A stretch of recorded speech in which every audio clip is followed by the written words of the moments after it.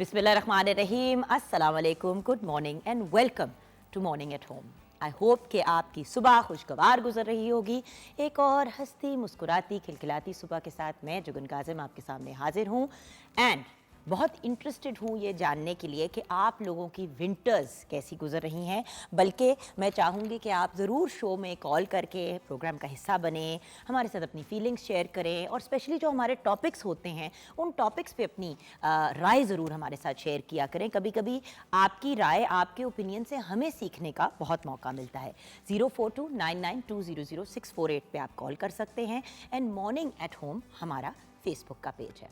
अच्छा, आज हम क्या बात करने जा रहे हैं? आज हम बात करने जा रहे हैं पेरेंटिंग पे।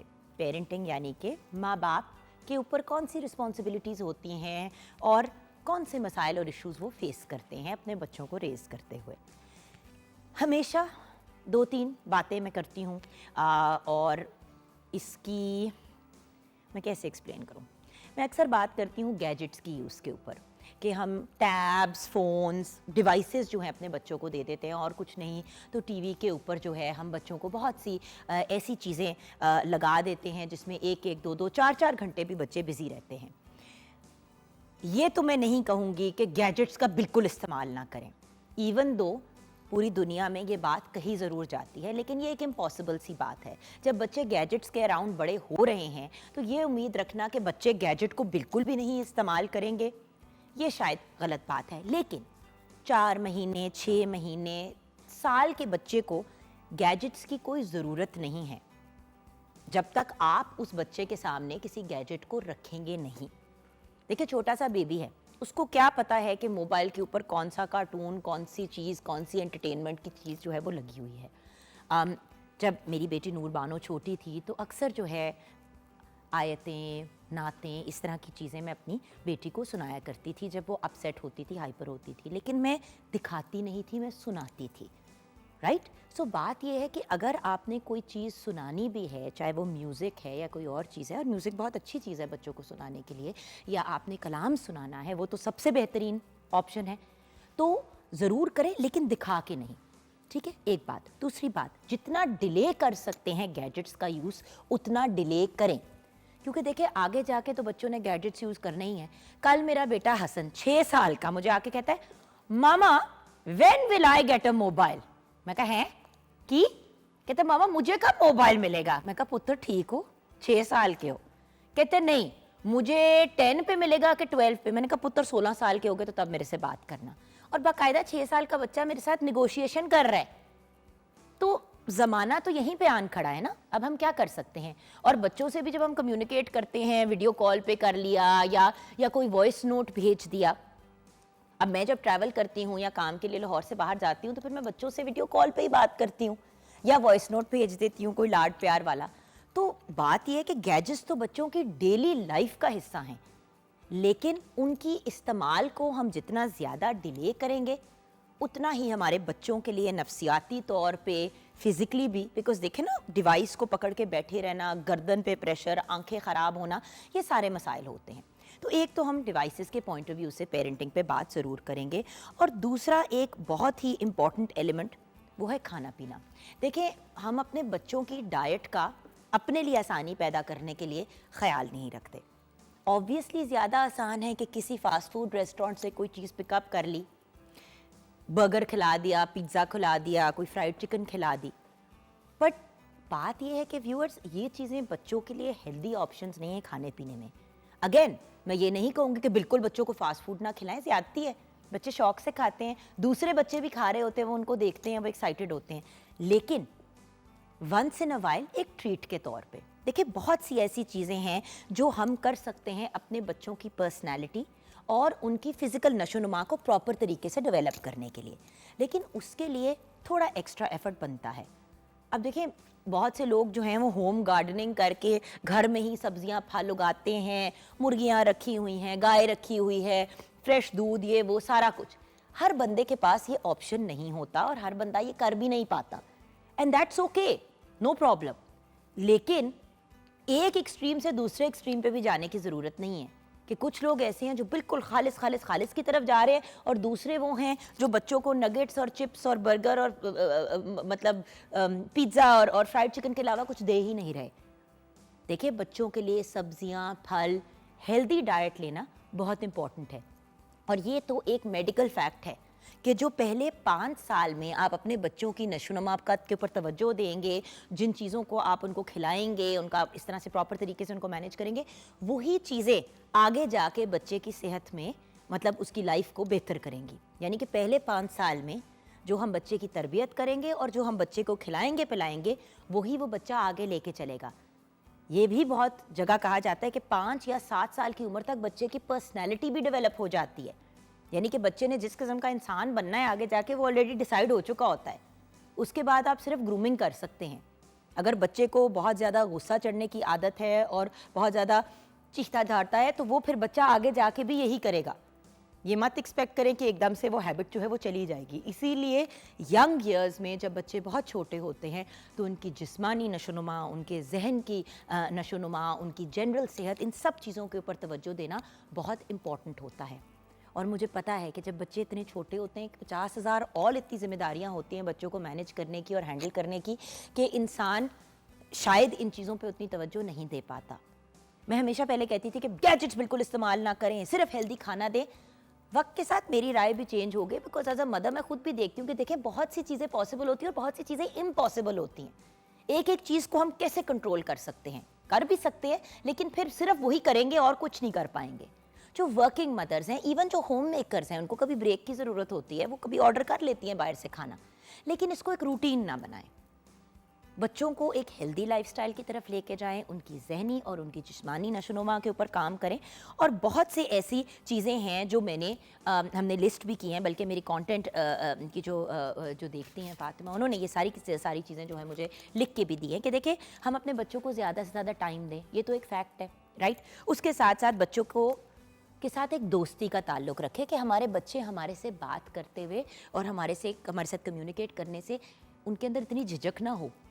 और हमारे दोस्त से मुराद ये नहीं कि हर लेवल की फ्रैंकनेस, लेकिन इतनी ज़रूर हो कि आपस में वो आपके साथ वो चीज़ें भी शेयर कर सकें जो शायद वो अपने सिर्फ फ्रेंड्स के साथ शेयर करना पसंद करें, ताकि हमें पता तो हो कि हमारे बच्चे क्या कर रहे हैं और क्या नहीं कर रहे।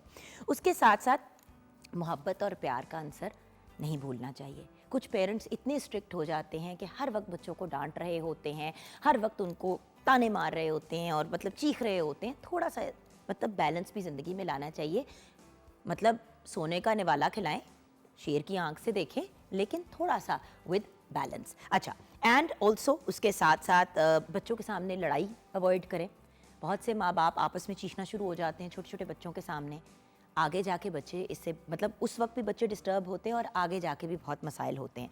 और भी बहुत से पॉइंटर्स हैं, मैं आपके साथ शेयर करूंगी, वो छोटी छोटी टिप्स जो हमारी ज़िंदगी को थोड़ा आसान बनाएंगी और हमें अपने बच्चों के लिए एक बेहतर पेरेंट बनने का मौका मिलेगा। आगे बढ़ते हैं। शेफ़ कोमल मलिक हमारे साथ हैं। अस्सलाम वालेकुम। अस्सलाम वालेकुम। कैसी हैं? अल्लाह का शुक्र, आप सुनाएं। मैं बिल्कुल। Belated happy birthday. Thank you, thank you. 7 जनवरी को मेरी बर्थडे थी और कल एक्चुअली शो के बाद बहुत बड़ी सी सेलिब्रेशन टीम ने भी की। It was absolutely lovely. Thank you to my whole beautiful PTV family and specially my morning at home की टीम। Very very grateful. अच्छा, और उसकी बल्कि मैं आज अपने सोशल मीडिया पे लगाऊंगी भी रील, तो आप लोग देखिएगा आज उसकी सेलिब्रेशन की। अच्छा, तो ये बताइए कि आज हम किचन में क्या बना रहे हैं? चिकन वाइट पुलाव बना रहे हैं और साथ चिकन शामी कबाब। नाइस।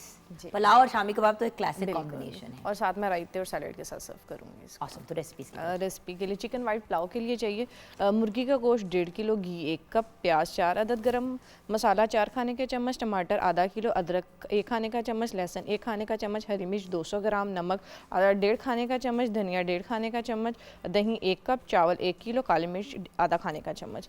इसमें आप ऑयल ले लेंगे, घी ले लें, लेकिन चावलों के लिए घी ज़्यादा बेस्ट रहता है। आप घी ले लें और इसके अंदर प्याज को थोड़ा सा सौटे कर लें और उसके बाद इसमें आप थोड़ा गरम मसाले जो उनसे साबुत हैं वो थोड़े से करके, और जब वो ब्राउन कलर में आना शुरू हो जाए तो उसमें चिकन ऐड कर लें। चिकन जब अपना कलर चेंज करे तो उसके अंदर आपने टमाटर डाल दें और टमाटर को ढक के रख देना। टमाटर जब गल जाएँ तो उसके बाद आपने इसके अंदर मैंने अदरक, लहसुन और जो मिर्ची है उनका पेस्ट बना लिया है, और उसके बाद आपने वो पेस्ट जो उनसे है वो उसके अंदर ऐड कर लेना। और अच्छा ढक्कन से वो सिर्फ टमाटर के टाइम पे लगाना है, उसके बाद नहीं लगाना क्योंकि गोश्त बहुत ज़्यादा गल जाएगा और फिर बोटियाँ टूटना शुरू हो जाएंगी।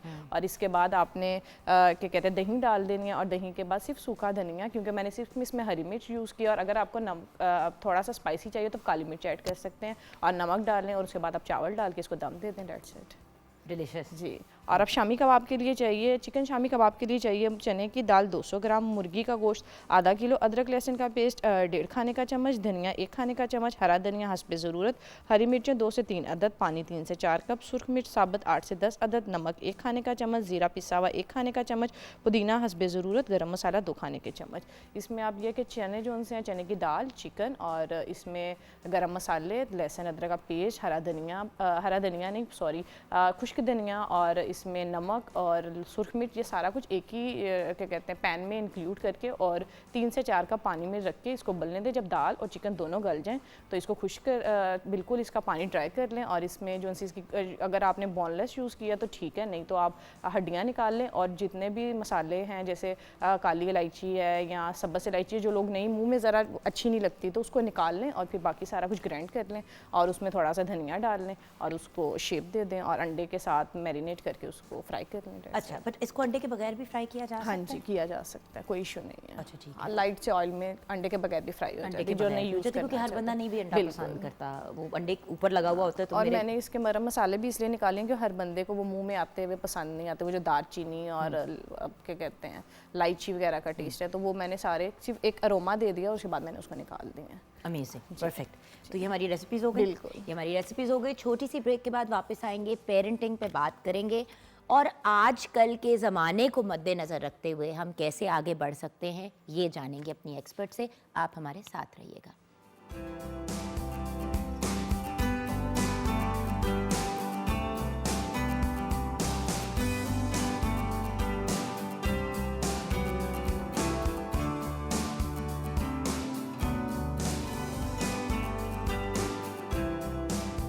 Welcome back from the break viewers. हमें ब्रेक के बाद ज्वाइन किया है बहुत ही ब्रिलियंट पर्सनालिटी ने जो हमें गाइड करेंगी पेरेंटिंग के पॉइंट ऑफ व्यू से, क्योंकि आप खुद एक पेरेंटिंग खुद भी पेरेंट हैं, पेरेंटिंग कोच हैं, एजुकेशनिस्ट हैं और मोटिवेशनल स्पीकर हैं। साइमा नज़ीर हमारे साथ हैं। अस्सलाम वालेकुम।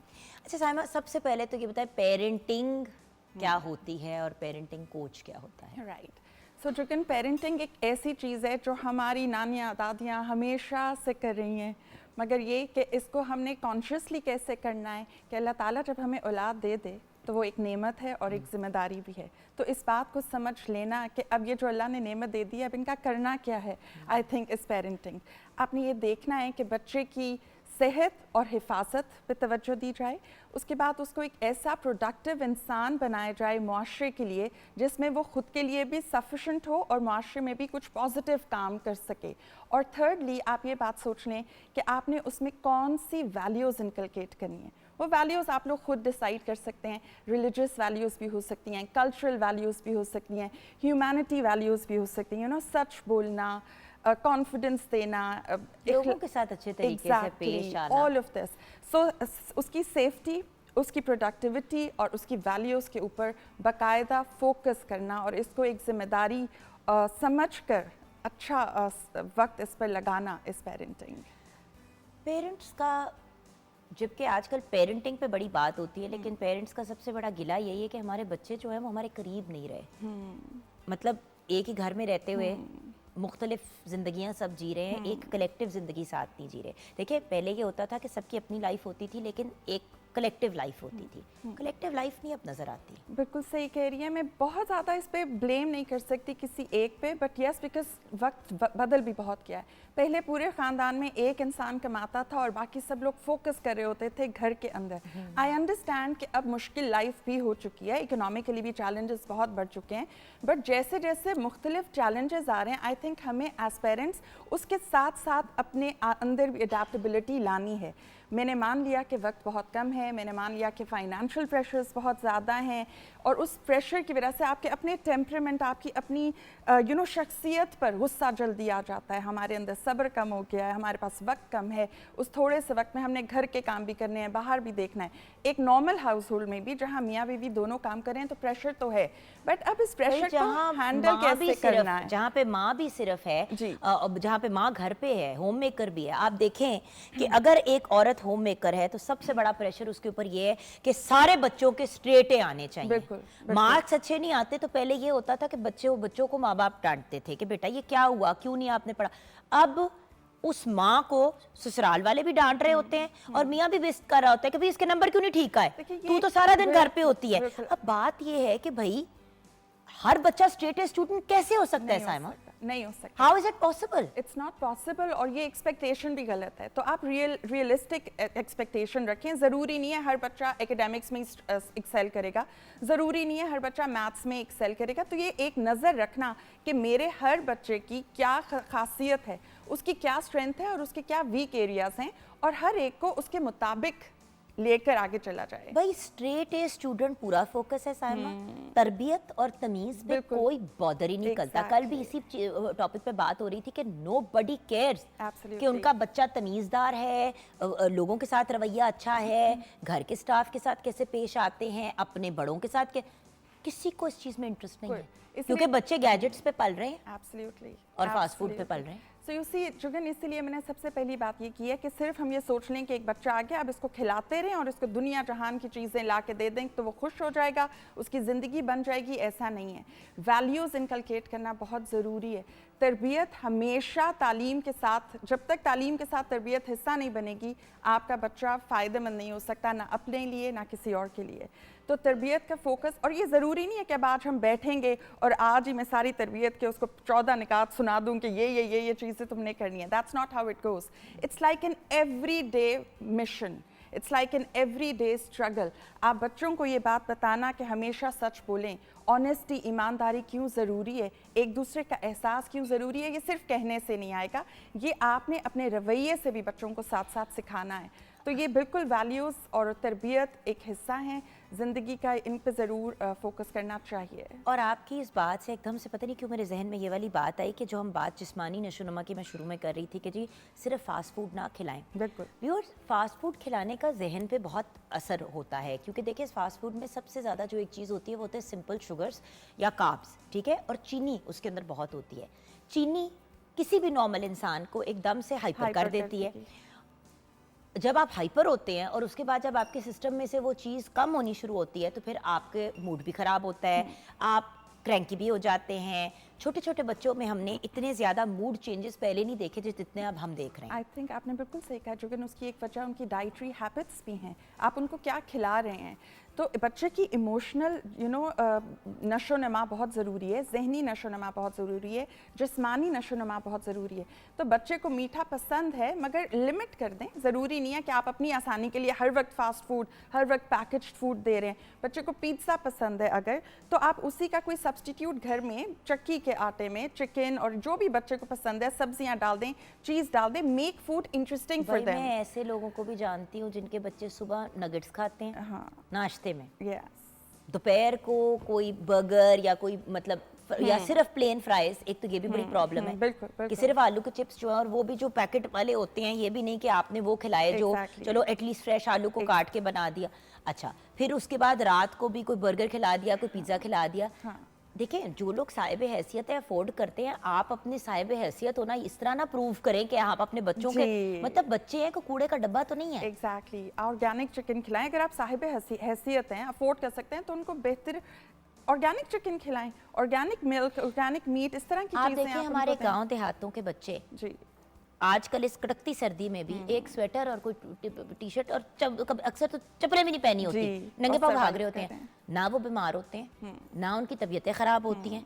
और आप शहरों के बच्चे देखें, छुई मुई खंग खंग के बुरा हाल, हालतें खराब, क्योंकि आपने उनके अंदर डाला क्या है? एग्जैक्टली, क्योंकि इम्यूनिटी सिस्टम, उनकी इम्यूनिटी डेवलप नहीं है ना, उनके अंदर वो स्ट्रेंथ नहीं है फिजिकल। तो आप उनको नेचुरल चीजें, ऑर्गेनिक चीजें, किसी को यखनी पिलाएं जी डेली, अपने बच्चों को अपनी शक्ल देख रहे, यखनी कब बच्चे पीते हैं? हमने तो पी थी बचपन में, सब पीते हैं और हमें अभी ऑप्शन ही भी नहीं दिया था। मगर ये के साथ साथ आप उनको फन टाइम भी कराएं, पार्टी टाइम भी कराएं, so there has to be a balance in everything. Same goes for gadgets. अब मुश्किल है, ये इम्पॉसिबल है कि हम जो तेज ज़माना चल रहा है कि हम बच्चों को ये स्किल ना सिखाएं, क्योंकि गैजेट्स यूज़ करना एक स्किल भी है। हाँ, बट बात ये है कि देखिए, जैसे कि हम ब्रेक में बात कर रहे थे, हमने बिल्कुल। पहले भी शो साथ किए, जी, तो हमने यही बात की कि भाई हमेशा। गैजेट्स नहीं बच्चों को इस्तेमाल करने चाहिए, लेकिन मैंने भी वक्त के बाद साथ रियलाइज किया कि भाई मैं खुद कहती हूँ लेकिन मेरे बच्चे भी गैजेट्स यूज करते हैं। हसन का जब टीवी टाइम होता है 6 और 8 के दरमियान शाम रात को, उसको 1 घंटा टीवी देखने की इजाजत है। वो 6 से 7 देख ले, 7 से 8 देख ले, व्हाटएवर।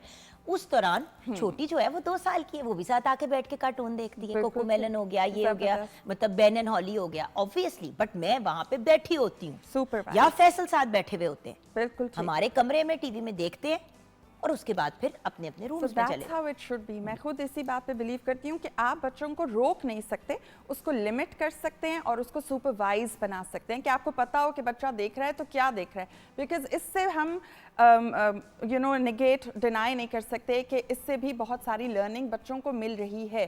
तो आप उस चैनल को, उस मीडियम को भी बच्चों की बेहतरी, उनकी परवरिश, उनकी जहनी उनकी लर्निंग के लिए इस्तेमाल किया जा सकता है। तो ये आपको ज़रूर करना होगा, कि आप जो भी काम कर रहे हैं अपना बैलेंस उसमें क्रिएट करें, अपनी रूटीन्स बनाएं और बच्चों के साथ कम्युनिकेट करें। आमतौर पे क्या होता है, जब भी हम बच्चों को कुछ मना करते हैं वो गुस्सा हो जाते हैं, नाराज हो जाते हैं। छोटे बच्चों के साथ माँ बाप कम्युनिकेट करना जरूरी नहीं समझते, इन द सेंस के लोलो पोचो करते हैं या उनको डांटते हैं, बीच की कोई चीज नहीं होती। और फिर जब 13-14 साल का बच्चा होता है और वो आपकी बात नहीं सुन रहा होता या आपसे बात या बदतमीजी कर रहा होता है, तब हम कहते हैं कि इसको क्या हो गया। ओ भाई, तुमने उससे बात ही नहीं की सारी जिंदगी। बिल्कुल, उसकी तो पूरी की पूरी जिंदगी 12-13 साल हुई ना। उस 12-13 साल में आपने कितना को बच्चे को रिस्पेक्ट दी। जी, हम इज्जत तो देते ही नहीं है बच्चों को, नहीं देते। So true. और हमने वो ट्रस्ट का बॉन्ड बनाया कब है, बच्चे को ये कब हमने एहसास दिलाया है कि मामा या बाबा जो कहते हैं उसमें मेरी बेहतरी है। Communication, I tell you, starts just on day 1 with the child.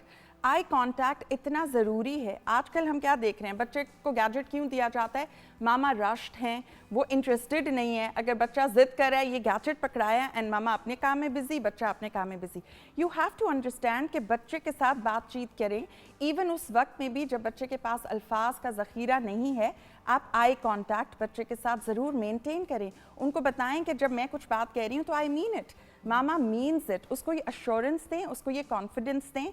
तो ये कम्युनिकेशन गुफ्तगू माओं की ऐसे होती है, हांडी पका रहे हैं, बेटा ये कर दो, अच्छा Exactly. चलो उधर जाके बैठ जाओ। मतलब मैंने मोस्ट मदर्स को देखा कि वो ऐसे बच्चों से बात करती है, बच्चे की तरफ नहीं देखती और तरबियत नहीं, उनको बस ये चाहिए होता है कि इस वक्त मुझे तंग ना करे। अब उस तंग ना करने के लिए वो जो भी मांग रहा है, जो भी कर रहा है, वो आप दें। We have to understand one thing कि जो माँ कह रही है मुझे तंग ना करो, वो प्रोबेबली कपड़े धो रही है, खाना बना रही है, अपना शायद कोई दफ्तर का काम भी मुकम्मल कर रही है। क्योंकि देखिए, अगर आप रोजी रोटी कमा रहे हैं तो आपको पता है आपके दफ्तर वालों ने भी आपको पूरा निचोड़ना है। बिल्कुल ठीक। लेकिन मुफ्त के तो कोई पैसे नहीं देता ना दोस्त। एग्जैक्टली, मेरे से ज्यादा, आपसे ज्यादा और इस तरह की हमारे जैसे जितनी खवातीन हैं, वर्किंग मदर्स हैं, हमसे बेहतर कोई नहीं जान सकता।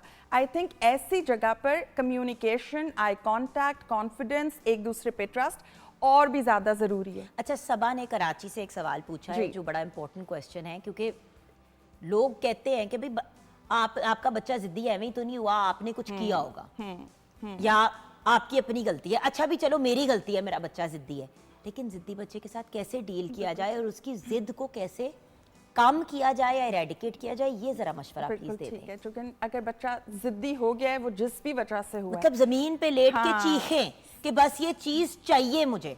अब 10 बंदे देख रहे हैं आपको दुकान के अंदर, आप क्या करें? Exactly. बड़ी हमने वीडियोस भी ऐसी देखी है माँ बाप की। और हर दूसरे दिन हम ये अपने घरों में भी चीजें देख रहे होते हैं।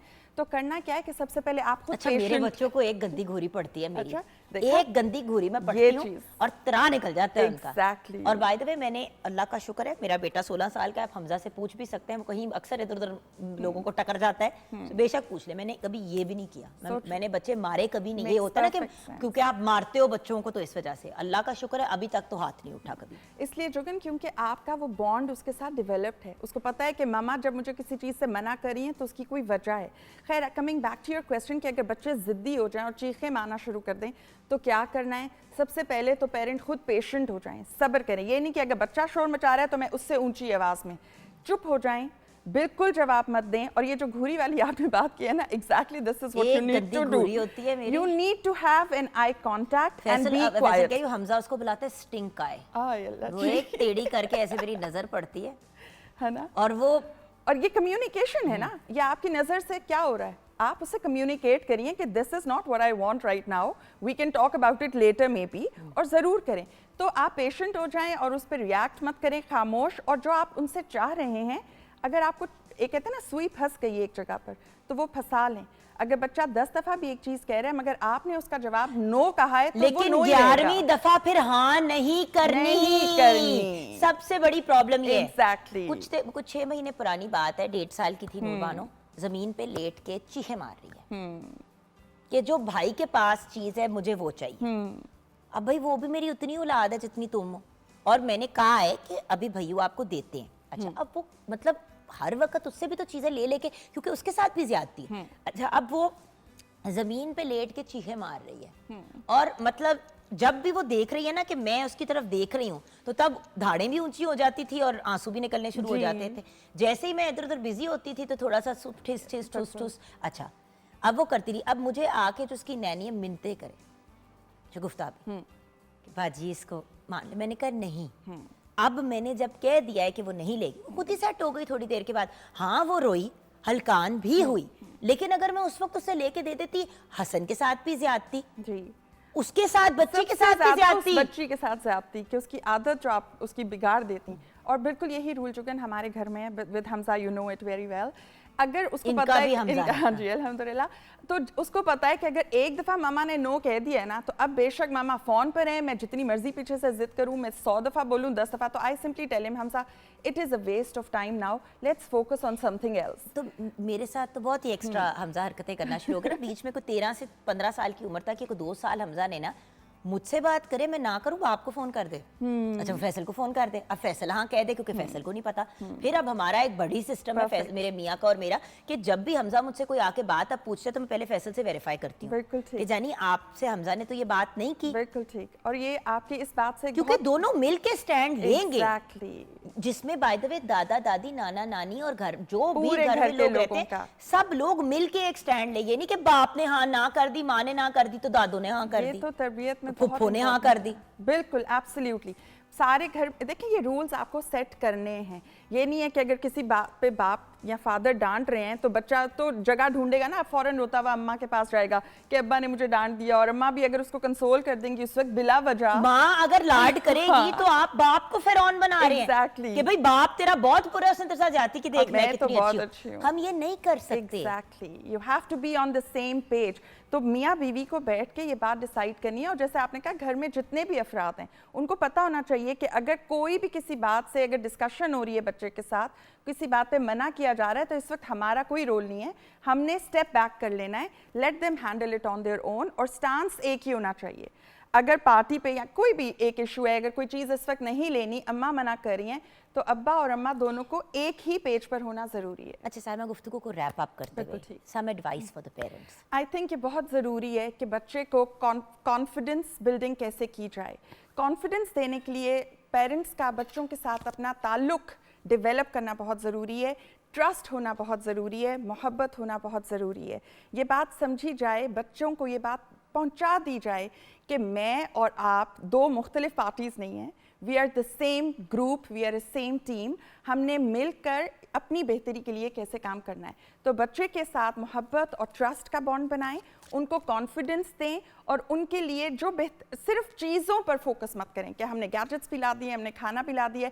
उनके वक्त को इम्पोर्टेंट समझकर उनके लिए थोड़ा वक्त मिलता है, ज़्यादा वक्त मिलता है, उनके साथ क्वालिटी टाइम स्पेंड किया जाए। और जो बात आप बच्चों से कह रहे हैं कि ये नहीं करना, मेक श्योर करें कि वो आपकी भी ज़िंदगी का हिस्सा बने, और सिर्फ कहना काफ़ी ना हो, वो उनको एक रोल मॉडल की ज़िंदगी मिले। बहुत मुश्किल है, चैलेंजिंग है, बट अगर कोशिश की जाए तो इम्पॉसिबल नहीं है बिल्कुल भी। Thank you so much Aima, God bless you for being on the show, और इंशाल्लाह आपको हम गाए बगाए तंग करते रहेंगे इंशाल्लाह। Thank you, it's a pleasure. यहाँ पे व्यूअर्स, हम छोटी सी ब्रेक की तरफ जाएंगे। ब्रेक के बाद जब वापस आएंगे तो कुछ ऐसी मोटिवेशनल पर्सनालिटीज़ से आपको मिलवाएंगे जिन्होंने अपनी ज़िंदगी, अपने सर्कमस्टांसेस, अपने हालात को रोकने नहीं दिया कामयाब होने से अपने आप को। सो हम उनसे मुलाकात करेंगे ब्रेक के बाद।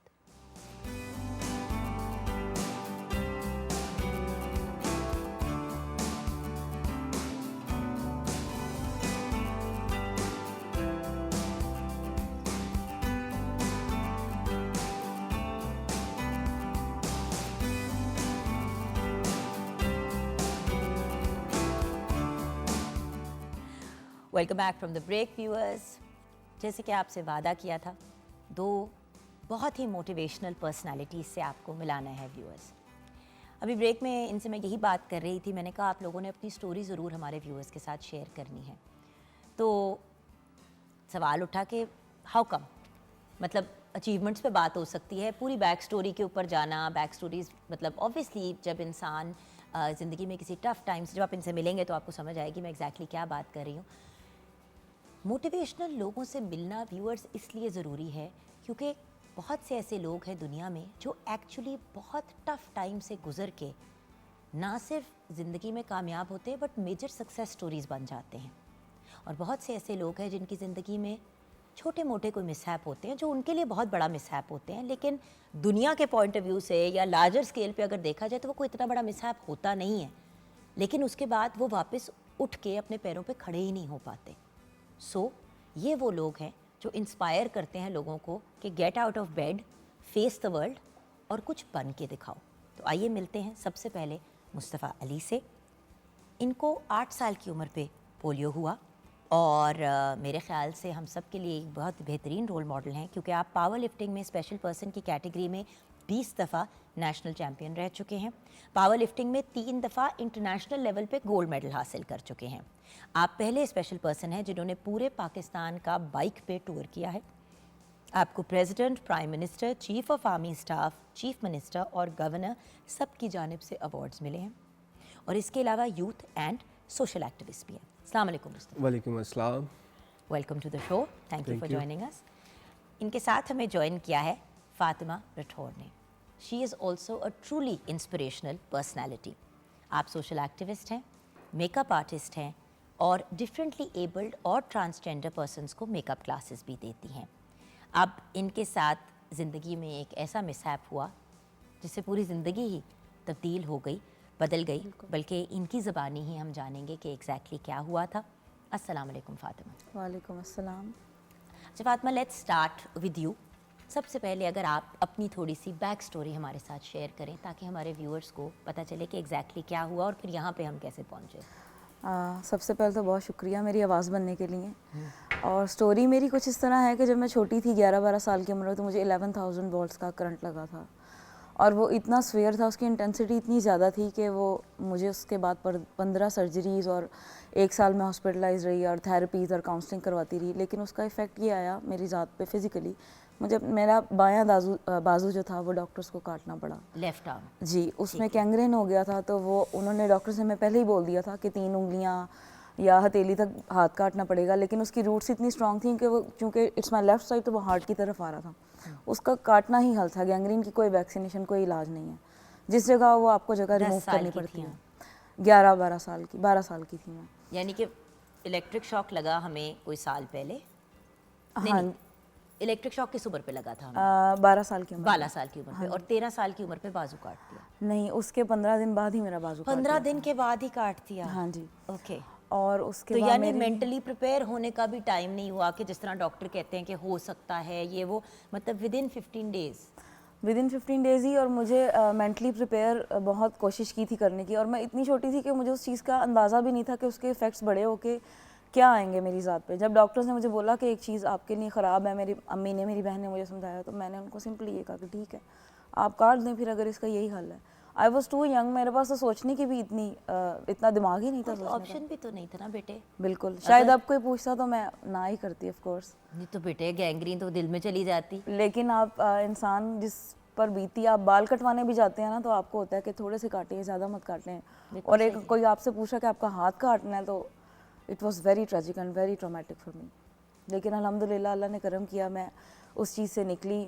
मेरी थेरेपीज़ वगैरह, काउंसलिंग हुई, मेरे घर वालों ने बहुत सपोर्ट किया, मेरे टीचर्स ने मुझे बहुत ज़्यादा सपोर्ट किया और मैंने अपनी पढ़ाई कंप्लीट की, मैंने जॉब की। उसके बाद अब मैं अपना काम कर रही हूँ and now I teach makeup to the people who are underprivileged, person with disabilities, transgenders. दूसरों के लिए या अपने जैसे सेक्टर के लिए काम करने से आपको और ज़्यादा हौसला मिलता है। और आप अगर उन लोगों की, जब मैं स्पेशल एजुकेशन में गई तब तो मुझे बहुत होप मिली और मैं इतनी पुरुमीद हुई जब मैंने लोगों को देखा जिनके 2 बाजू भी नहीं है, वो पाँव से ड्राइंग कर रहे हैं। लेकिन बेटा एक बात बताओ, एक बाजू ना भी हो बट राइट आपका बाजू था और आप राइट से ही लिखते थे और सारा कुछ, आप लेफ्टी तो नहीं थे? अच्छा जी।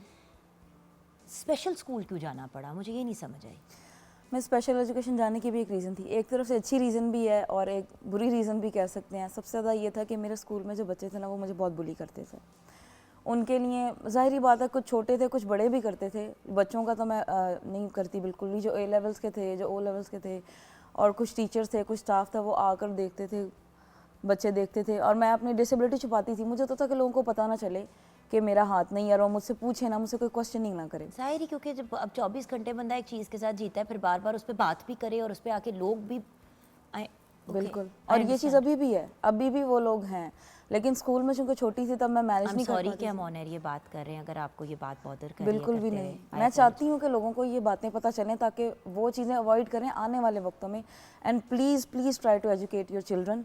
उनको बताएं कि जो फिज़िकली एबल्ड जो लोग नहीं हैं, जो उस तरह काम नहीं कर सकते, जो डिफरेंटली एबल्ड हैं, जो ट्रांसजेंडर्स हैं, उनको भी एक सोसाइटी में नॉर्मलाइज किया जाए। अच्छा, हम इस पे अभी बात करेंगे। मैं भी एक दफ़ा आपकी भी स्टोरी सुन लूँ बेटा, उसके बाद फिर I want to talk about कि क्या मसाइल हैं जो हमारे डिफरेंटली एबल्ड और हमारे स्पेशल पर्सन्स फेस कर रहे हैं, और एज अ सोसाइटी हमें क्या करना चाहिए। जी। हम लोग हमेशा ये कहते हैं कि भाई गवर्नमेंट को ये करना चाहिए, कॉर्पोरेट सेक्टर में भी जॉब्स होनी चाहिए, ये भी करना चाहिए। भाई जो आप मेंटली टॉर्चर करते हो और जो फिजिकली भी एक तरह से आप टॉर्चर करते हो डिफरेंटली एबल्ड लोगों को, वो भी तो एक चीज़ है जिसके बारे में गुफ्तगू होनी चाहिए। सो वो एज ए सोसाइटी हमें क्या करना चाहिए। लेकिन आपकी कहानी क्या है, आप भी 8 साल की उम्र तक यू वर फाइन, कोई इशू नहीं था। बिल्कुल ऐसा ही है। मैं मुझे याद जहाँ तक पड़ता है कि मैं अच्छा भला खेलता कूदता था, पहचान थी मुझे। तो एकदम से मतलब कि जो है वो बुखार हुआ। मैं रात को वालिद साहब के साथ सोया हुआ था, तो वॉशरूम के लिए उठा हूँ, तो जैसे नीचे मैंने बिस्तर से पाँव नीचे रखे तो मैं नीचे गिर गया हूँ। तो मेरा इवन के कंडीशन यहाँ तक हो चुकी थी कि मैं बैठ नहीं सकता था, मतलब कि मेरा ये जो निचला हिस्सा जो था ये सारा। I am sorry Mustafa, if you don't mind my asking, आपको पोलियो की वैक्सीनेशन नहीं लगी थी? पोलियो की वैक्सीनेशन के बावजूद ये हुआ है। के बावजूद हुआ? जी। ओके। तो उसके अंदर जो था ना वो फिर मेरे लिए फिर वहाँ से एक टफ़ जो दौर था वो स्टार्ट हुआ था कि मुझे नहीं समझ आ रही थी कि एकदम से ये मेरे साथ हो क्या गया है। फिर मुझे इतना याद पड़ता था, मैं जब मेरे वालिदैन मुझे उस कंधों पे उठाकर जिस किसी ने कहीं पे भी बताया उसके पास लेकर गए कि ये हमारा बच्चा जो है ये ठीक हो जाए, पता नहीं इसको क्या मसला बना। फिर जब हॉस्पिटल में आए तो वहाँ पर पता चला जी इसको पोलियो अटैक हुआ। तो अब वो सिचुएशन ऐसी थी, अब जो मतलब कि डॉक्टर्स देखता था, चेक करता था, क्योंकि मेरे पाँव बिल्कुल टेढ़े हो चुके थे, लेग्स जो थी वो बेंड होके पीछे जुड़ चुकी थी। तो अब उनके बहुत सीनियर मोस्ट सीनियर डॉक्टर्स के उस वक्त रिमार्क्स थे कि भाई इसकी लेग्स जो है यहाँ से काट दी जाए ताकि ये आगे जो है ना ये आगे सरवाइव नहीं कर सकता उसके बगैर। तो मैं अबू के साथ लड़ पड़ता था, मैंने कहा मैंने अपना एक नाखून भी नहीं कटवाना। तो मैंने कहा कि चले वापस चलें। तो वो फिर एक टाइम था ऐसा कि उसमें मुझे अल्लाह ताला की ज़ात ने वो सिखाना था, मुझे वो बताना था कि मतलब कि अगर हम किसी से कुछ लेते हैं तो उसको क्या अता करते हैं। तो मैंने फिर उस पीरियड के अंदर जो था ना ये चीज़ें सीखी, फिर मैंने अपनी सोसाइटी से बहुत कुछ सीखा। बट देन अगर पीछे पैर टांगे जुड़ गई थी तो बेटे फिर अब तो आप माशाल्लाह चलते हो, सारा जी। कुछ यू आर कम्प्लीटली इंडिपेंडेंट अल्हम्दुलिल्लाह। अल्हम्दुलिल्लाह। मैं वो आई मीन ऑब्वियसली वो जो कुछ चेंजेस आते हैं बॉडी के अंदर बिल्कुल। वो तो हैं, लेकिन मैं इसमें मेरे जब लास्ट जब हुआ था इसका जो ऑपरेट स्टार्ट हुए तो एक डॉक्टर साहब थे जिस स्कूल में हम पढ़ते थे उसी के अंदर हॉस्पिटल था। तो उन्होंने मुझे इतना मतलब कि कहा था कि बेटा मैं प्रॉपर वादा तो नहीं करता लेकिन आपकी टांगें नहीं काटूंगा, आपको इस काबिल कर दूंगा कि आप किसी को ये नहीं कहोगे कि मुझे थोड़ा सा सहारा देकर या उठा दो या मुझे कोई सहारा दो, आप अपने सहारे पे चलोगे। मैंने कहा सर ये अगर हो जाए ना तो मैं हमेशा से आपका एहसानमंद रहूँगा। तो वहाँ से फिर मेरा जो था ना फिर उन्होंने तकरीबन 5 से 7 ऑपरेट मेरे किए। तो अल्हम्दुलिल्लाह उन्होंने मुझे 1.5 साल का टाइम दिया था कि आप 1.5 साल में जो है अपने पाँव पे सहारा लेके चलना शुरू हो जाओगे, लेकिन मैंने 6 माह के अंदर रिकवर किया और प्लास्टर लगे हुए थे तो मैं उनके पास चले गया। तो वो मेरे लिए एक बहुत बट देन स्पोर्ट्स के अंदर आना, कहाँ वो टांगे काट रहे थे तो कहाँ आप स्पोर्ट्स में आ गए, कहाँ हमारी ये लड़की मेकअप आर्टिस्ट बन गई और उल्टा लोगों को सिखाना शुरू हो गई। क्योंकि देखो मेकअप तो 2 हाथों का काम है, बिल्कुल एटलीस्ट मुझे ये लगता था until I met you। और लोग करते हैं, पैरों से भी मेकअप करते हैं, बट द पॉइंट इज सिखाना बाकायदा लोगों को और एक टीचर बनना वो फिर अगले लेवल की बात है। सो यू आर बोथ माशाल्लाह माशाल्लाह वेरी इंस्पिरेशनल पर्सनालिटीज़। आप किस तरह स्पोर्ट्स में इन्वॉल्व हुए और फिर माशाल्लाह you are wearing the national मतलब जैकेट, एंड देन आप किस तरह इस तरफ आए ये भी मैं जानना चाहती हूँ। अच्छा, तो आपके साथ क्या हुआ फिर? मैंने आपको पहले एक वर्ड बोला था कि मैंने सोसाइटी से बहुत सीखा। माशरे सोसाइटी से इस सेंस में सीखा कि जब मुझे ये पोलियो का अटैक हुआ ना, तो मैं उस वक्त बाहर आना जाना जो होता था वो मैं हाथों से रेंग कर जाता था गली में। जाहिर सी बात है, एक घर बैठा हुआ जो बच्चा खेलता कूदता बाहर निकलता हो एकदम से घर में पड़ जाए तो वो उसके लिए तो फिर बहुत ज़्यादा हर्डल्स आती हैं। और मुझे इतना याद पड़ता है कि उस वक्त मेरे अभी भी बहुत ज़्यादा निशानात हैं बॉडी पे, जो मतलब कि जब मैं बाहर निकल रहा था मुझे तरह तरह के मजाक करते थे, फिर मतलब कि बहुत सारे नाम ऐसे डाल दिए गए, फिर मारते थे, मतलब कि ठोकर मार के चले जानी तो मजाक मजाक में, तो ऐसे मतलब कहीं मतलब मैं नाले में गिर गया था। तो मैं उस वक्त इतना मतलब कि ख़ुद को कोसता था। फिर मैं जो होता था कि एक वो कैसे जिसे कहते हैं ना कि एक तार जुड़ जाना, तो मेरी फिर जो थी ना वो एक तार जुड़ गई। तो मैं फिर जो भी बात होनी, जो शिकवा शिकायत गिला होना, वो सारा करते रहना कि भाई ये क्या हो क्या गया मेरे साथ। तो फिर मैंने जो था ना, मुझे एक वो मैं रेसलिंग देखता था टीवी पे, पीटीवी पे ही लगती थी, तो उसको देख के ना मेरा वो घर पड़े पड़े उसको देखते ना तो मुझे ना दिल में ख्याल यार मैं काश मैं अगर तंदुरुस्त हो जाऊँ ना तो मैं एक ऐसी बॉडी बनानी है, बॉडी बिल्डर बना ली, और जो मुझे ये मारते हैं ना फिर मैं इनसे मुकाबला करूँगा। तो वो एक मतलब कि वो था। लेकिन जैसे मतलब कि वो 2000 में मेरे ये ऑपरेट हुए तो उस वक्त मैं बिल्कुल तहिया कर चुका था कि मुझे कुछ करना है। मैंने उन लोगों के मुंह बंद करने हैं जो हमें जो है वो एक अजीब सी मखलूक समझते हैं, जो हमारे उल्टे नाम लेते हैं, जो हमारा मजाक उड़ाते हैं। मैंने उन सब की ज़ुबानों पे ताले लगाने, और अल्हम्दुलिल्लाह जैसे मैंने ये इसके ऊपर स्टार्ट किया, क्रचिज़ के सारे चलना शुरू किया, तो अब मेरा वो मुझे सुकून नहीं मिलता था कि मुझे किसी तरीके से फिर हर्डल्स ये आगे आई कि जिम में कोई एडमिशन नहीं देता था। ज़ाहिर की जिम्मेदारी कौन लेगा, जिम्मेदारी कौन क्योंकि लेगा? होता ही है ना कि व्यूअर्स जब आप जिम में जाते हो तो सबसे पहले वो आपकी फ़िटनेस को देखते हैं कि मतलब आप कर भी सकते हो कि नहीं। अब ऑब्वियसली कोई इंसान अगर डिफरेंटली एबल्ड है, अनफॉर्चुनेटली ना कि ऐसे ट्रेनर्स रखे जाएं जो इस एरिया में एक्सपर्ट हैं कि गाइड कर सकें और हेल्प कर सकें, उल्टा एडमिशन रिफ्यूज़ कर दी जाती है। इसी तरह स्कूल्स में किया जाता है कि भाई हम नहीं हैंडल कर सकते, आपका बच्चा स्पेशल है, ऑटिस्टिक है, कोई लिम नहीं है या व्हील चेयर में है या कोई इस किस्म का इशू है या पोलियो है, तो हमने आपके बच्चे को स्कूल में नहीं रखना। और ये बहुत ही एक ट्रैजिक बात है व्यूअर्स, और हमें एज अ सोसाइटी शर्मिंदा होना चाहिए इस बात पे कि जिस मुल्क में, बल्कि जिस दुनिया में 10% लोग डिफरेंटली एबल्ड हैं, यानी कि हर 10 में से एक इंसान डिफरेंटली एबल्ड है, हमने कोई ऐसी फैसिलिटीज़, कोई ऐसी सिचुएशंस क्रिएट नहीं की। उल्टा जो हमारे डिफरेंटली एबल्ड भाई बहन और बच्चे बच्चियाँ हैं वो ही अपने डिफरेंटली एबल्ड भाई बहनों के लिए कुछ ना कुछ कर रहे हैं, क्योंकि और किसी को तो होश ही नहीं है। हम एक ब्रेक की तरफ जाएंगे, ब्रेक के बाद जब वापस आएंगे तो आप दोनों एक दूसरे को कैसे जानते हैं ये भी बात करनी बहुत ज़रूरी है। आप दोनों मिल के क्या काम कर रहे हैं वो भी जानना बहुत ज़रूरी है। एंड फातिमा, आपने भी किस तरह आपका इस तरफ रुझान हुआ, आपकी भी बात पूरी कंप्लीट करनी है ब्रेक के बाद।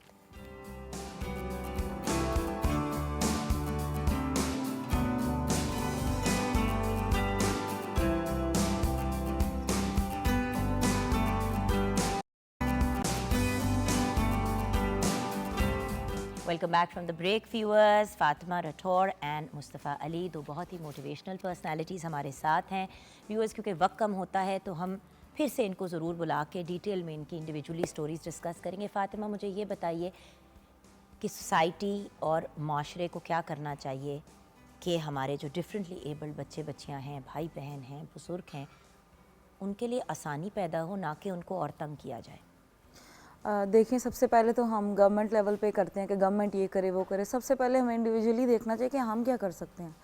हमदर्दी करना अच्छी बात है, आप किसी की तरफ अगर आप एम्पैथेटिक हैं अच्छी बात है, लेकिन उनको एक्सेप्ट भी करें ना। एक तमीज़ तो पहले घर वाले अपने बच्चों को सिखाएं ना। बिल्कुल। और खुद भी थोड़ी सी तमीज़ में है। घूरते हैं ऐसे है कि जैसे पता नहीं कि कोई मतलब कोई बहुत ही कोई आपने कोई घूरते अजूबा ऐसे जैसे आप देख लिया। एलियन हैं और फिर आपको बुरे अल्काबात से बुलाते हैं। आप हदीसें उठाकर देखें, उसमें इतना नबी पाक सल्लल्लाहु अलैहि वसल्लम ने बुरा इसको कहा है कि इनको बुरे अल्काबात से मत बुलाओ।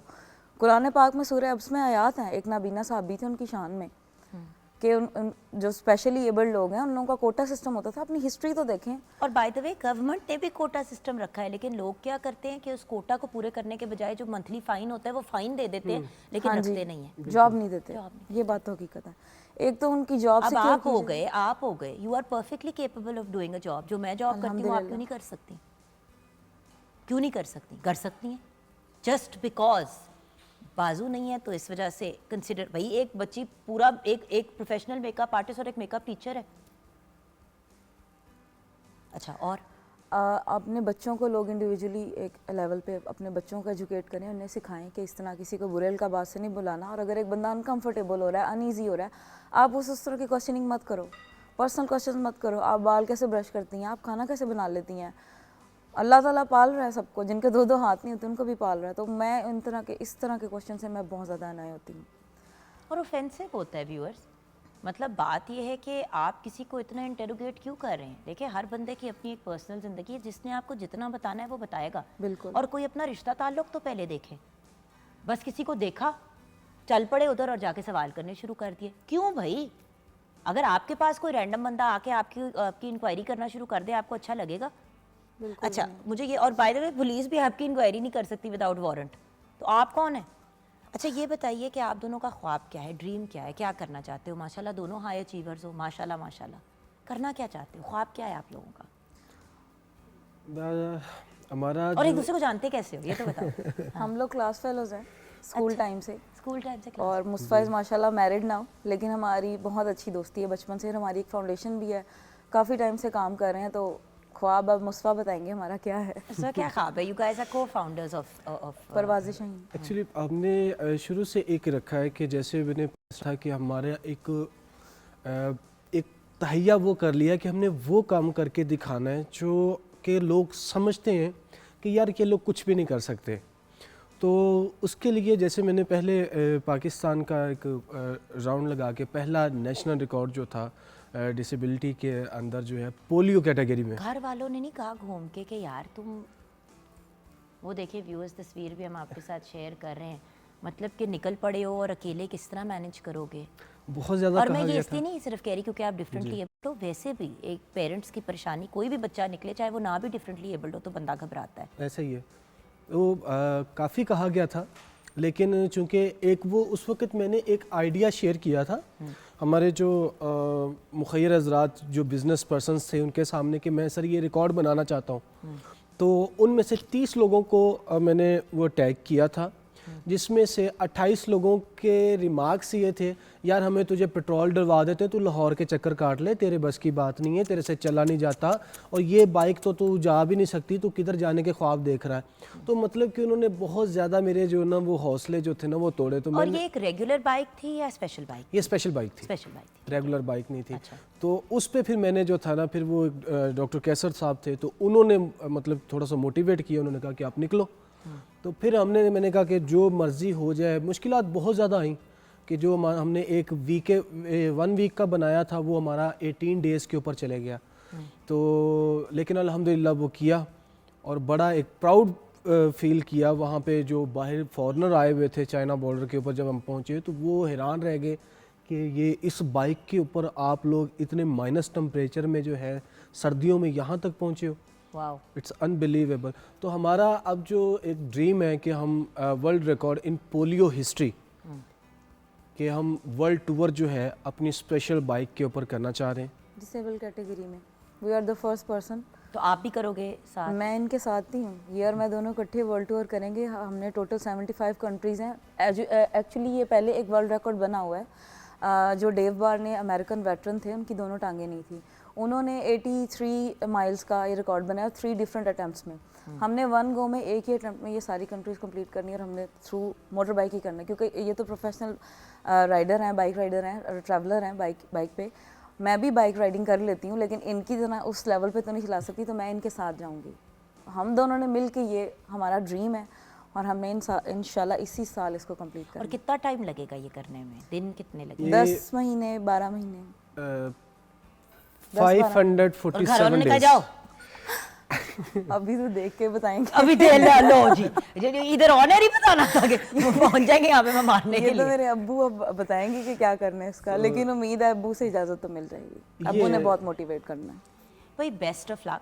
और मैं कॉर्पोरेट सेक्टर से और जो भी लोग इस वक्त शो देख रहे हैं, मैं आपसे रिक्वेस्ट करना चाहूँगी कि इनको इस कॉज में हेल्प करें, क्योंकि देखिए व्यूअर्स, ये वाली चीज़ सस्ती नहीं होती और ये नो डाउट एक एडवेंचर है, बट इतने गट्स पैदा करना, चाहे अगर आप डिफरेंटली एबल्ड नहीं होते तो तब भी इसको करना एक बहुत मुश्किल काम है। एग्जैक्टली। तो दो यंग लोग जो डिफरेंटली एबल्ड हैं, एक रिकॉर्ड बनाना चाह रहे हैं, एक चीज़ करना चाह रहे हैं, तो मेरे ख्याल से हम सबको कोशिश करनी चाहिए कि जितना इनको सपोर्ट कर सकते हैं करें। और कॉर्पोरेट सेक्टर अगर इनको स्पॉन्सर करता है या किसी तरीके से आगे से इनको सपोर्ट करता है, इनके लिए भी ज़रा आसानी पैदा हो जाएगी, क्योंकि व्यूअर्स फैसिलिटीज़ बहुत सी चाहिए होती हैं। It's not that easy. ये नहीं है कि बस आप बाइक पे गए और आप निकल गए। खाना पीना, ट्रैवलिंग, ये वो हज़ार चीज़ें होती हैं। सो मैं डेफिनेटली रिक्वेस्ट करूँगी from all the people watching कि अगर आप इन लोगों को हेल्प आउट करना चाहते हैं, सपोर्ट करना चाहते हैं इनके कॉज में, तो आप हमसे भी रब्ता कर सकते हैं, इनसे डायरेक्टली भी रब्ता कर सकते हैं और ज़रूर इनको इनके कॉज में सपोर्ट करें। अपने सोशल मीडिया हैंडल्स बता दो ताकि अगर कोई इस आपसे रब्ता करना चाहे। आपसे? I am Ali Mustafa on Instagram. और आप? मेरा फातिमा.राठौर। फातिमा? फातिमा.राठौर। फातिमा.राठौर। तो इनको ज़रूर इंस्टाग्राम पे इन दोनों को सोशल मीडिया पे फॉलो करें और इनको डीएम करके अगर आप भी किसी तरीके से हेल्प या सपोर्ट करना चाहते हैं तो ज़रूर करें। मैं ये नहीं कह रही इनको पैसे दे ज़िंदगी जीने के लिए, मैं कह रही हूँ कि इनका जो कॉज है उसमें इनको सपोर्ट करें, जैसे सारी दुनिया में किया जाता है कि जब भी कोई इस तरह मिशन पे निकलता है तो ग्रुप्स बनते हैं, सपोर्ट सिस्टम्स बनते हैं, तो हमें भी इनको सपोर्ट करना चाहिए। I am so proud of you guys. Thank you so god much. Bless you both. Allah ताला आपको मज़ीद और कामयाबी दे, आमीन। खुश रहो, आबाद रहो, आमीन। छोटी सी ब्रेक के बाद वापस आएंगे।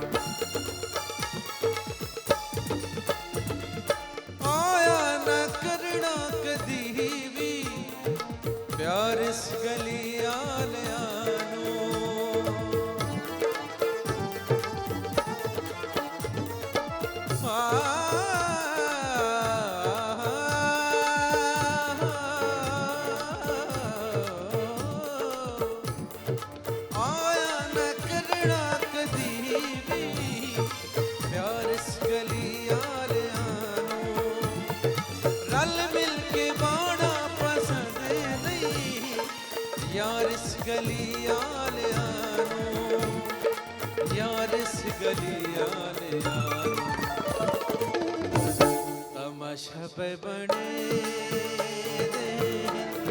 ते सिर्फ लड़ा याद आवे अस इथे नहीं होना ये गली बेवफा वादी महला हर जा याद आवे अस इथे नहीं होना।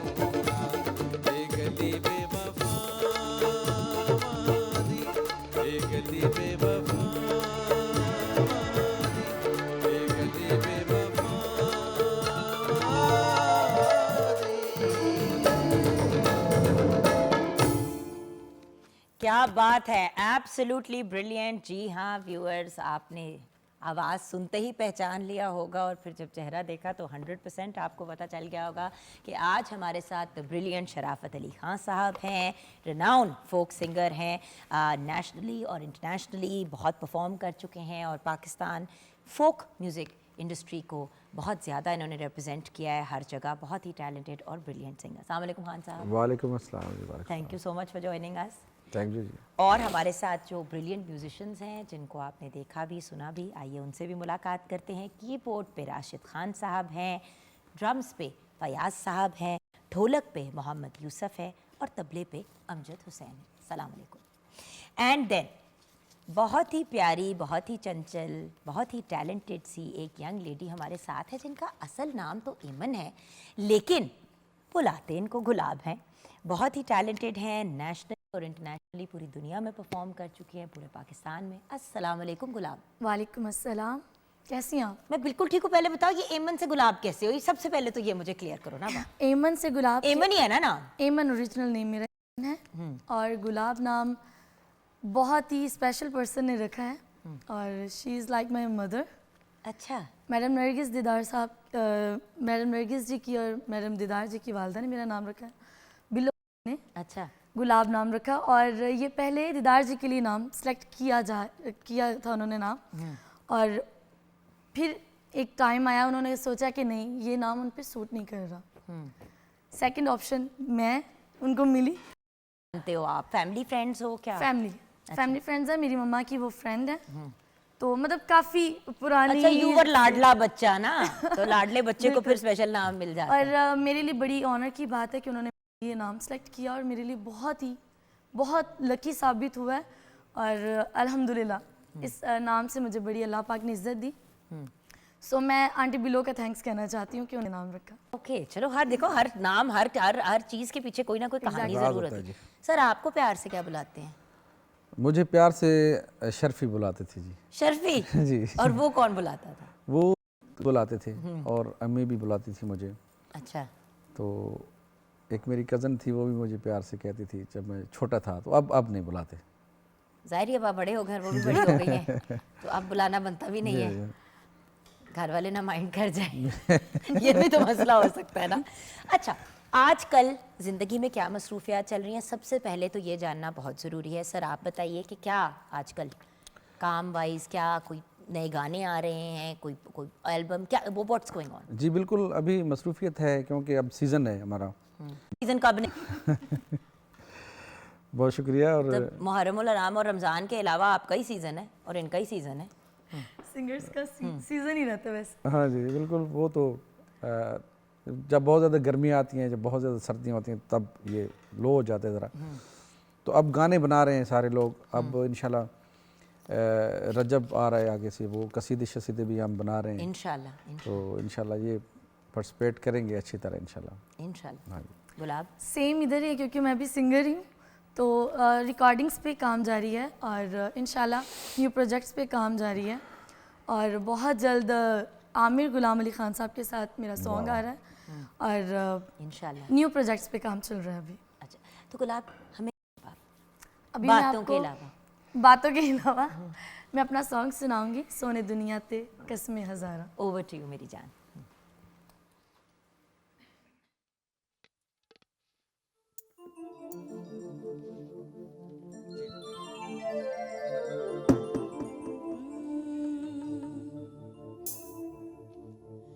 सोने दुनिया ते कसमें हज़ारा, हो सोने दुनिया ते कसमें हज़ारा, वे सानू चंगा तू लगना है, इक तू लगना है।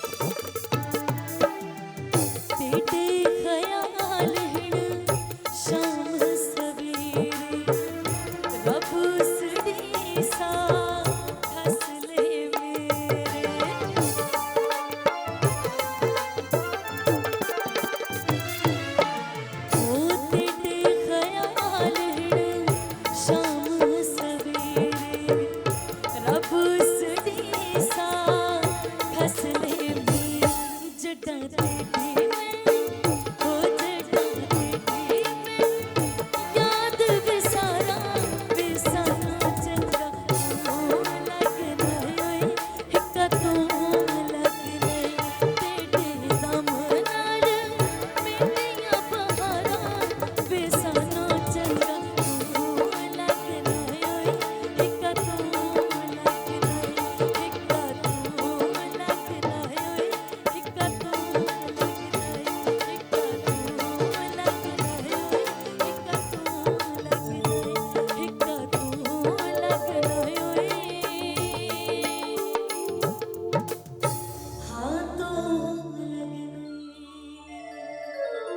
क्या बात है गुलाब, क्या बात है। और हमारे म्यूजिशियन भाइयों ने भी क्या खूबसूरत साथ दिया, माशाल्लाह, ब्यूटीफुल ब्यूटीफुल। अच्छा सर, आपके लिए आपके एक फ़ैन का सवाल आया है। जी मौसीकी रूह की ग़िज़ा है, ये बात तो सच है, जी। लेकिन क्या मौसीकी के लिए दिल टूटना ज़रूरी है? मौसीकी के लिए ये आम है, कहते हैं, एक बात कहते हैं कि किसी का दिल टूटता है तो वो फनकार बन जाता है या वो शायर बन जाता है, लेकिन मेरे लेकिन ख्याल आप तो बिल्कुल छोटे से थे, आपकी तो पूरी स्टोरी डिस्कस कर चुके वही हैं। बात कर रहा हूँ मैं कि ऐसा कुछ नहीं है। म्यूज़िक और चीज़ है, दिल टूटना लेकिन ये आपकी आवाज़ में इतना दर्द होता है जब आप इमोशनल सॉन्ग्स गाते हैं, तो लोगों के जहन में आता तो होगा, पता नहीं तो इनके साथ हम कुछ हुआ होगा तो हम फ्लॉप आशिक है ना जी, इसलिए फ्लॉप आशिक हैं। सदके जाऊं अपने प्यारे भाई के, हम फ्लॉप आशिक हैं। तो इसलिए जो फ्लॉप हो जाता है इश्क में, तो वो ज़ाहिर बात है, म्यूज़िक में थोड़ा सा ना वो क्या गुदाजी आ जाती है, थोड़ा मिठास आ जाता है, गमगीनपन आ जाता है, तो वो सैड सॉन्ग अच्छे लगते हैं। तो कुछ लोग हैं जो जिनको चोट लगती है या इश्क होता है तो उसके बाद वो शुरू करते हैं, लेकिन मेरे ख्याल में ऐसा कुछ नहीं लगता है। है गुलाब आप को, मेरी तरफ उस गुलाब को नज़रिए बड़ी से मत चोटें देखिए, लगी हैं। please। सर आप कह रहे हाँ, हैं और मुझे ऐसे चोट लगी। ऐसे ऐसे सारे ला रही है। मुझे चोट लगी, मेरे लिए बहुत सदमे वाली बात थी।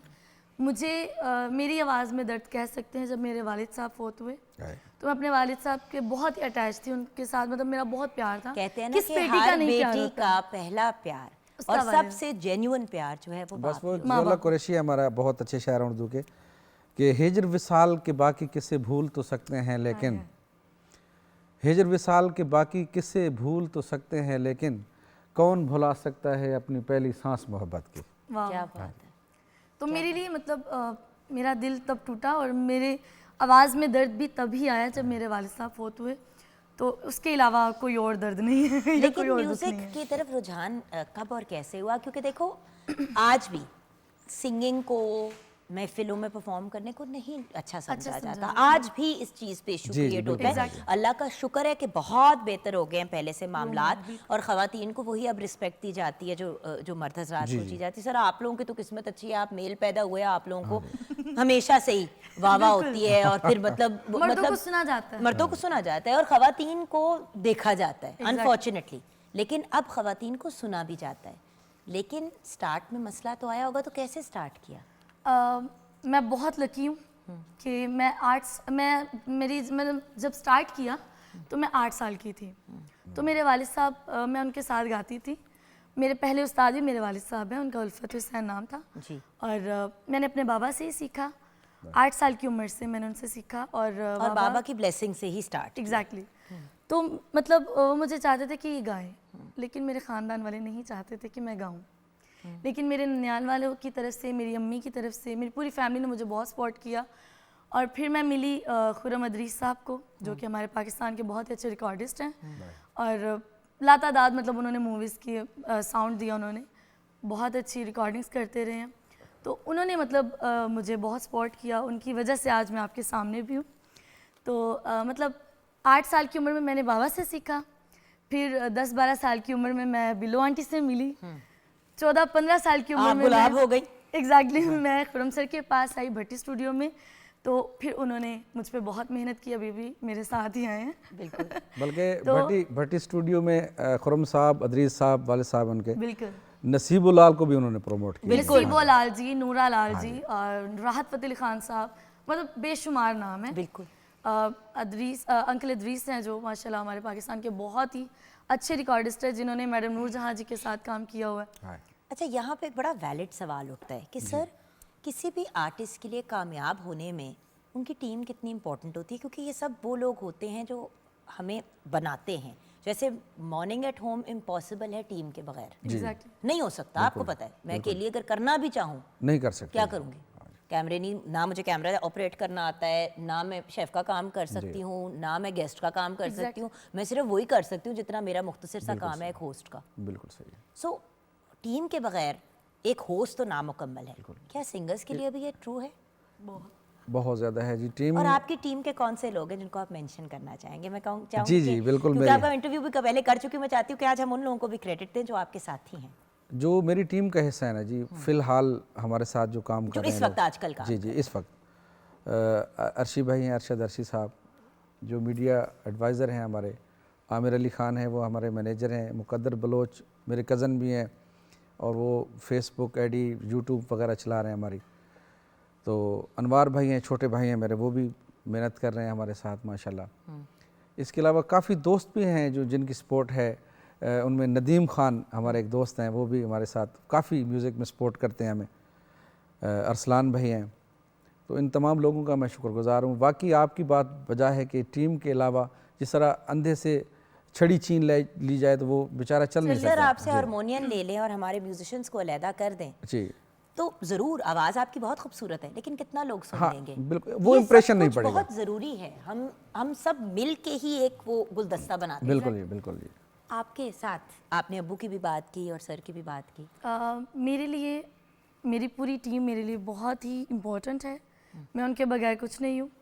सबसे पहले मेरी वालदा हैं जिनकी वजह से मैं समझ लें मुझे अगर वो सपोर्ट ना करती तो शायद मैं यहाँ तक ना आती। बिल्कुल। और उसके बाद जो मोस्ट इम्पॉर्टेंट पर्सन है वो खुर्रम अदरीस भट्टी जी हैं। इन दोनों की वजह से समझ लें मैं चलना सीखी हूँ। और अभी ये मेरी टीम ही बैठी है, ये मेरे उस्ताद भी हैं, ये मेरे भाई भी हैं, ये मेरी पूरी टीम है।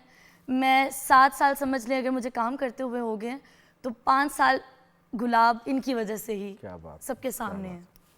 मैं अपनी टीम के अलावा मतलब इनके बगैर मैं कुछ भी नहीं हूँ।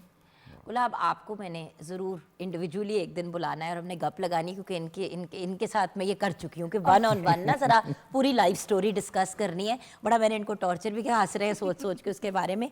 यहाँ पे हमें अपने शो को अनफॉर्चुनेटली कंक्लूड करना है, वक्त कम और मुकाबला सख्त होता है। But I love you guys, bless you, Allah आपको खुश रखे, आबाद रखे। सर आपका एक नया गाना आया है और बड़ा धमाकेदार है, तो वो हम व्यूअर्स को सुनाना चाह रहे हैं शो को क्लोज करते करते। और हमारी शेफ़ ने सब कुछ तैयार कर दिया है क्योंकि मेहमान आए हैं हमारे इतने प्यारे प्यारे। तो पुलाव और शामी कबाब दोनों रेडी हैं। दोनों रेडी हैं। लाहौर की बड़ी खास, आपको पता है, पुलाव और शामी कबाब तो इनकम्प्लीट होता है दस्तरखान। थैंक यू बेटे, ब्लेस यू, थैंक यू आपका भी। और शो को क्लोज करेंगे सर आपको सुनते सुनते।